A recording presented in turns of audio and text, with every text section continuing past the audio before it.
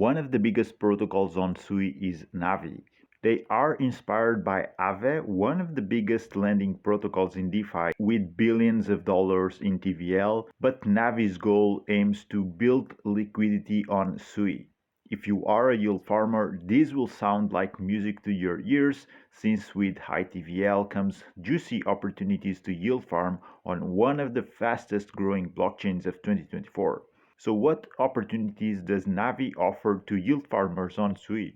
That's what we are about to find out. Welcome back on the channel, everyone. In this video, we will explore the multiple opportunities to yield farm with NAVI, a lending protocol that is already one of the most solid options to generate passive income on the vSUI network.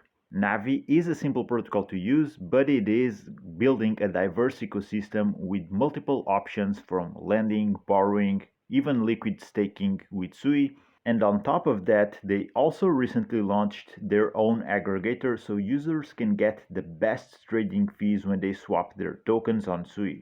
Knowing all of this, it's pretty safe to say that they are paving their way to become a significant player in the vSUI ecosystem. In other words, their native token NAVIX also has very interesting potential, to say the least. Let's now explore the main opportunities that the NAVI ecosystem currently offers.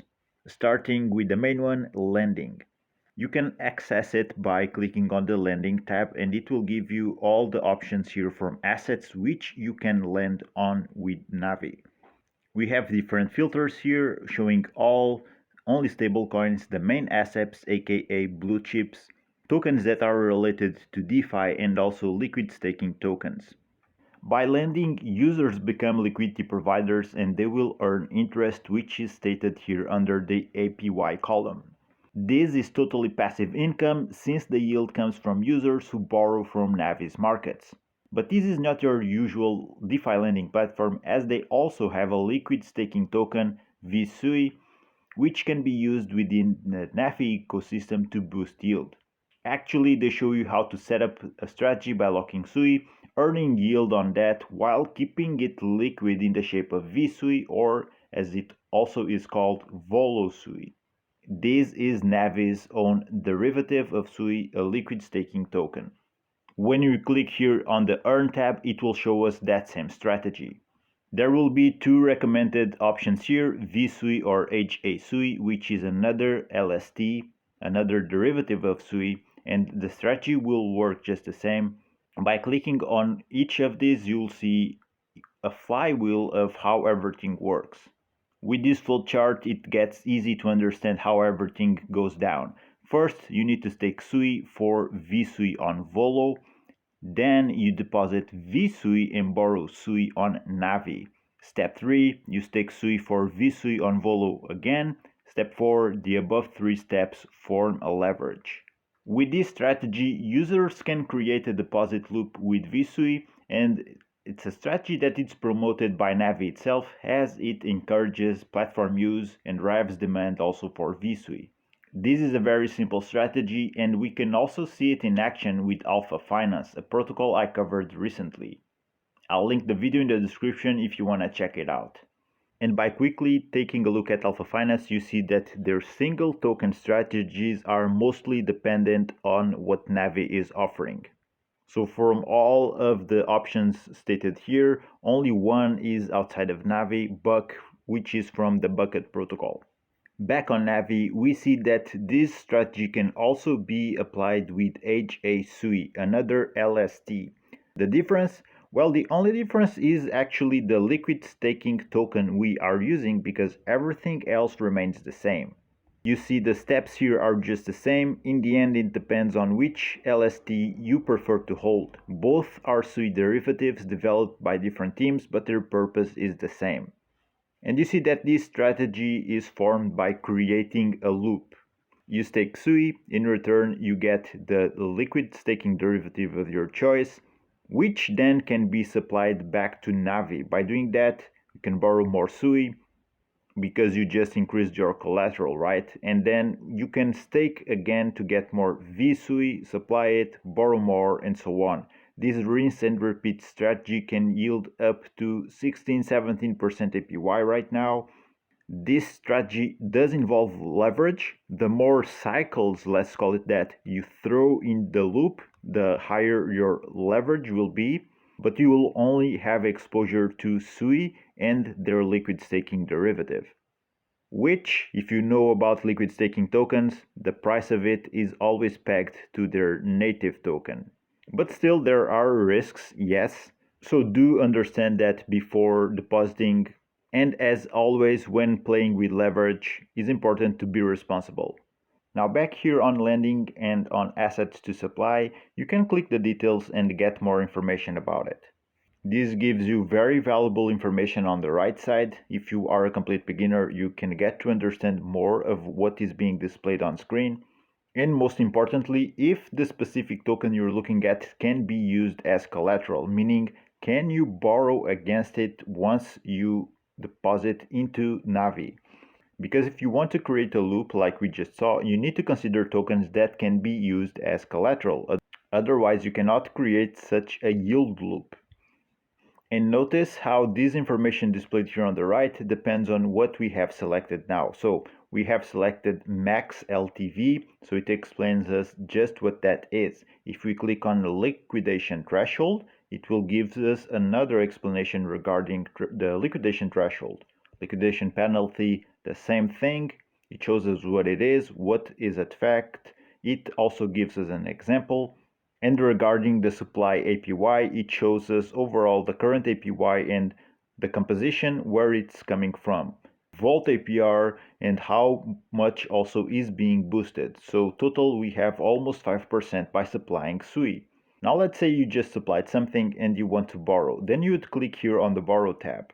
That will load all the assets available to borrow here. You can get that same information but displayed in a different fashion within the market tab. This gives us already information about the total supply and total borrow, both in total for the platform and also for each specific token here. You can also get an overall overview, different filters, so showcasing all tokens, only stablecoins, main assets aka blue chips, DeFi or liquid staking derivatives only. So in this case we have 2 liquid staking derivatives for vSUI and also 1 for Bitcoin. So with the market tab you get a more broad overview of the overall borrow and lending ecosystem on NAVI. Now let's talk a little bit about the swap tab. When you click it, you get to be directed to the NAVI aggregator. This allows users to swap by accessing into multiple liquidity pools within the vSUI ecosystem. So not only liquidity pools on one specific DEX, but right now they are currently supporting Cetas, Turbos, Kria, and Aftermath. In the future, more will be added, but this is the most recent addition to the NAVI ecosystem right now. So potentially when you are watching the video, they will probably even have more protocols that have been added. But the main function of these type of aggregators is to bring users a better trading experience, faster trades, and of course lower fees. I mean, it just makes sense that a protocol that has such diverse amount of tokens also has the option for users to swap, and it also plays along with being more convenient to the users of the platform. The migration tab can be used to migrate Wormhole USDC to native Circle USDC on the vSUI network. So if that's something you are looking for, you can use the NAVI protocol to do it. Under the dashboard tab, we get to manage our portfolio with NAVI. If we want to borrow, we need to have already deposited some crypto as collaterals, and you'll see that here under the supply button. Once we do that, we can then request to borrow against our collateral in the dashboard. And the yield that you have been generating from within the NAVI platform will be also available here for you to claim. They have also a very useful tool when borrowing, which is the notify feature. This will send notifications about changes in the health factor of the loan, and there will be 3 channels from which the users can be notified to: email, Telegram, and Discord. Great tool that helps us stay on track with the safety of the deposited crypto against the borrowed assets. The biggest risk when borrowing is liquidation, which can happen when the collateral value doesn't cover the loan/debt position. This usually occurs if the collateral value decreases and the health factor becomes critical, and the collateral can be liquidated to ensure the lender doesn't lose their funds. So it's very important to keep the health factor here above 1, and this can be achieved by lending more, increasing our collateral, because we are depositing more, we are lending more, or by paying back some of the borrowed assets, so we're just returning at least a percentage of the amount that we borrowed and also paying the interest on that, because after all, this is a game of balance. So the more you lend, the more you'll be able to borrow, but keep an eye out for your health factor number. That will be crucial to determine if you can or are very close to be liquidated or not. By clicking the Volvo tab, you get directed to vSUI.com. And Volvo is a liquid staking solution helping you to maximize utility and liquidity for SUI by offering vSUI or vSUI. They already have plenty of partnerships with many prominent DeFi protocols on SUI, with which you can also use the vSUI token there. In case you're not familiar with liquid staking protocols, briefly put, they allow you to stake SUI. You start to get a basic APR on that, but you can still use the vSUI token in this case to generate further yield, since that's the whole purpose of liquid staking. You stake the initial token and you get to keep your assets liquid in the form of the LST or liquid staking token. And although what Volvo offers, it's not through the NAVI interface, they are still a part of NAVI's greater ecosystem. Now let's talk security. Audit reports are available. If you access the NAVI protocols docs, you will be able to check them under the Audit Report tab. They have been fully audited by OtterSec and MoveBit. So let's take a brief look at these audit reports. We'll be focusing on findings to see if anything has been found, but more importantly, has been it acknowledged or solved.